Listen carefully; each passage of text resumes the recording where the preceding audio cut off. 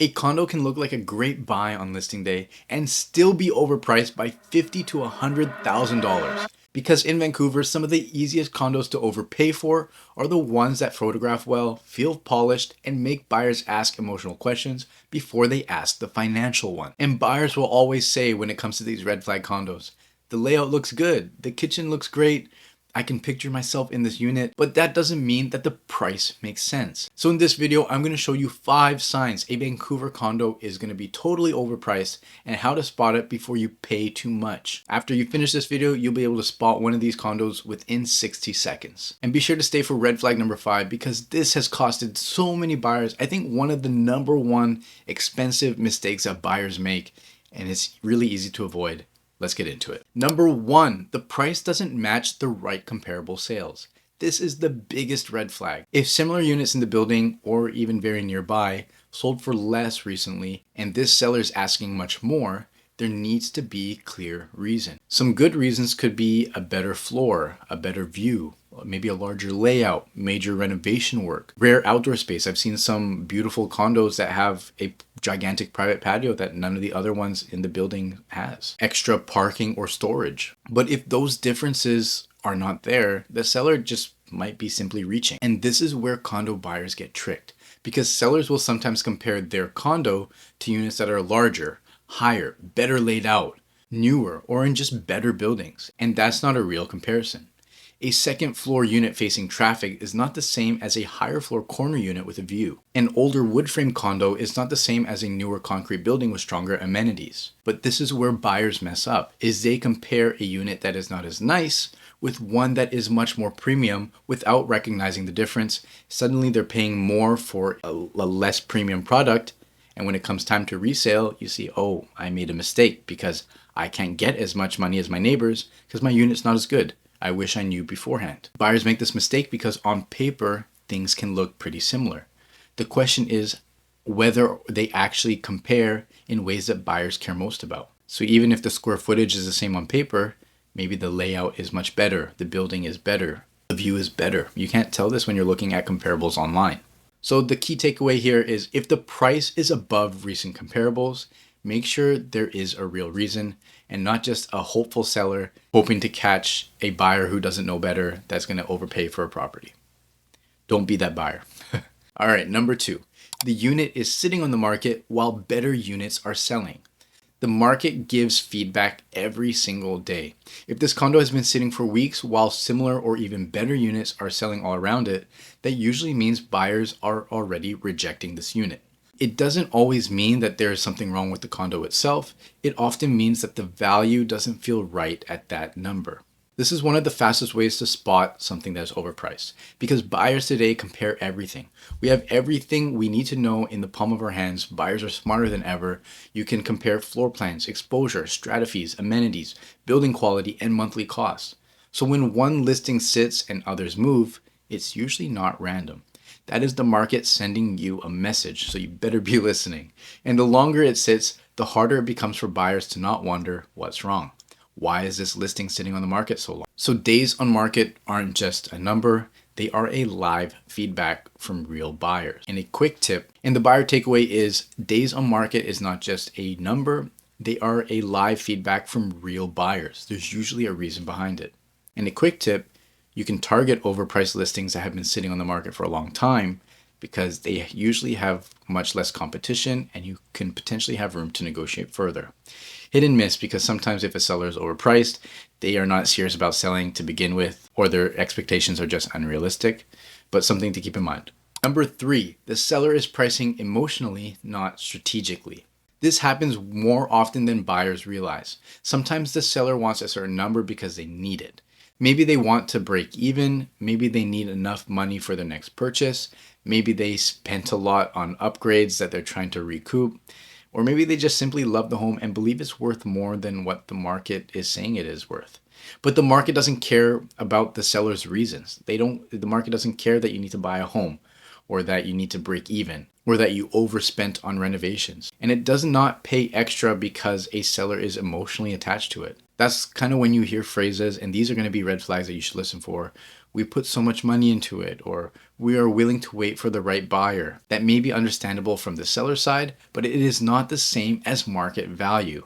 A condo is not worth more just because a seller needs it to be or they feel like it should be. So the key buyer takeaway here is a seller's target price is personal, but market value is not. So going back to my last point about determining objective market value, looking at recent comparables that have sold that are similar, make sure you are looking at those. All right, number 4, the monthly reality does not justify the asking price. This one is one of the most fundamental, most important for buyers who are focused on red flags, because buyers do not just pay the purchase price, and educated buyers know this. They buy the monthly costs. So a condo can look close to market on list price, but once you add in strata fees, property taxes, insurance, parking costs, the risk of special levies, it can start to feel expensive, very quickly. And this is especially true in Vancouver, where affordability is already so tight for all of us every single day. So even if the unit looks nice, buyers will still ask, does the total monthly cost make sense for what I'm getting? Here's an example. A few years ago, I was trying to sell a townhome that was attached to a condo building. And if you know strata fees, they scale with size. So this townhome was more than twice the size of one of the condos in the building. So if the condo had strata fees of around $400, this townhome had $1,000 a month strata fees. Absolutely insane. And this was a really hard sell, because even if it was a cheaper option for townhomes on the market, it would cost an extra $1,000 a month on strata fees. If the buyer was looking at the sticker price, they would opt for this cheaper townhome because it was actually beautiful. But if they were looking at their monthly payments, they could see that they can get something way nicer, way bigger, way newer at a slightly higher price for even less, even cheaper every single month. When you look at the math like that, it wouldn't really make sense to purchase this townhome unless you had a specific reason to. If your monthly payments are cheaper for something that's bigger, nicer, and newer. So when you look at something like that, the condo starts to feel overpriced even before anyone makes an offer.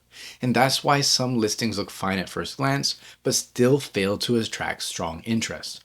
So the buyer takeaway for this one is, do not judge condo value by sticker price alone, judge it by the full monthly cost of ownership. Number 5, this is a sneaky one that often gets missed, and buyers fall into this trap really often. The unit or building has flaws, but the price assumes it is premium. And this is where a lot of overpriced condos get exposed. Sometimes photos look great, but the fundamentals are weaker than the price suggests. Maybe the layout is awkward. Maybe the bedrooms are tiny. Maybe the living room only has one usable wall. Maybe the den is barely functional as an office. Maybe the square footage sounds nice, but the condo just doesn't live well. And do you know what? Sometimes the issue is not the unit itself, it's the building. High strata fees, poor maintenance, repeated special levies, thin contingency reserve funds, older building problems, weak overall reputation. All of these things matter. And this is the key point. When you buy a condo, you're not just buying the suite, you're buying into the building. So if the unit has functional flaws, material latent defects, or the building just has real issues and the seller is still pricing it like a top tier product, and do you know what? Some buyers will just assume it is premium just from the price tag. This is a major warning sign. A polished interior doesn't erase a weak layout. You can change the interior of the unit, you can never change the layout. And a renovated kitchen doesn't cancel out the building being risky. Oftentimes buyers will just try to take an arbitrary amount off the list price. So if it's listed for $800K, let's just try to get it for $750 and call it a day, $50K off, right? What you may not know is the market value could be closer to $700,000 because it has a bad layout or the building is not up to spec. And now suddenly you might think you're getting a good deal, $50K off, but you're actually overpaying by $50,000. So you got to look at these details, things that buyers may not notice. So the key takeaway here is premium pricing only makes sense when the unit and the building both support it. So be sure to look out for those red flags. So, in summary, when you're looking at a condo, ask yourself 5 simple questions. Number 1, what did truly comparable units sell for? Number 2, how long has this one been sitting on the market? Number 3, what is the real monthly cost of ownership? Number 4, is the layout actually functional? Can I live in it? And number 5, what does the building add or subtract from the value? If you can answer those 5 questions honestly, you are much less likely to overpay. Now, who should be extra careful? First-time home buyers should be especially careful.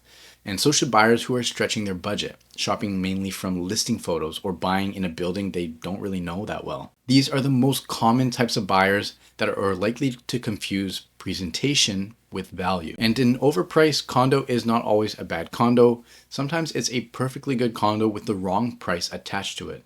And if you can spot it early enough, you can save yourself time, stress, and potentially a lot of money. Because in Vancouver, what is expensive and what is overpriced sometimes look like the exact same thing. But after watching this video, you know that they're not. So if you like this video, you'll love the video I made about why never to buy a condo in Vancouver and who actually should. And if I missed any red flags, leave them in the comments below. If you have any questions or want to sit down for a buyer consultation, link in the description, shoot me a DM, text me, and I'll see you on the next video. Peace.